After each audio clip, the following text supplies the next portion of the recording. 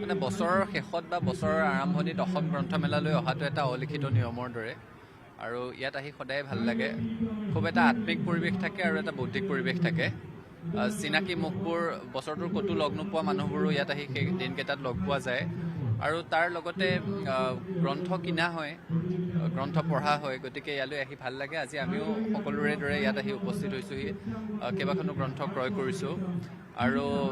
পঢ়িবলৈ সময় পোৱা জোখাৰে গ্ৰন্থ ক্ৰয় কৰিছোঁ আচলতে আৰু এই গ্ৰন্থখিনি গোটেই বছৰটোৰ ভিতৰত পঢ়ি শেষ কৰিম বুলি আশা কৰিছোঁ কেইবাখনো জীৱনী কিনিছোঁ জ্যোতিপ্ৰসাদ আগৰৱালাৰ ৰচনা সমগ্ৰ পূৰ্বতে এবাৰ পঢ়িছোঁ পুনৰ আকৌ পঢ়িবৰ কাৰণে তেওঁৰ ৰচনাৱলী লৈছোঁ অম্বিকাগিৰিৰ ৰচনাৱলী লৈছোঁ লক্ষ্মীনাথ বেজবৰুৱাৰ ৰচনাৱলী লৈছোঁ তাৰ বাদেও কেইবাটাও নিৰ্বাচিত গল্পৰ সংকলন লৈছোঁ মনোজ কুমাৰ গোস্বামী ডাঙৰীয়াৰ কুল শইকীয়া ডাঙৰীয়াৰ কেইবাখনো নতুন গ্ৰন্থ লৈছোঁ প্ৰশান্ত ৰাভা ডাঙৰীয়াৰ এখন গ্ৰন্থ কবিতা পুথি আৰু মৈত্ৰেয়ী পাটৰৰ এখন কবিতা পুথি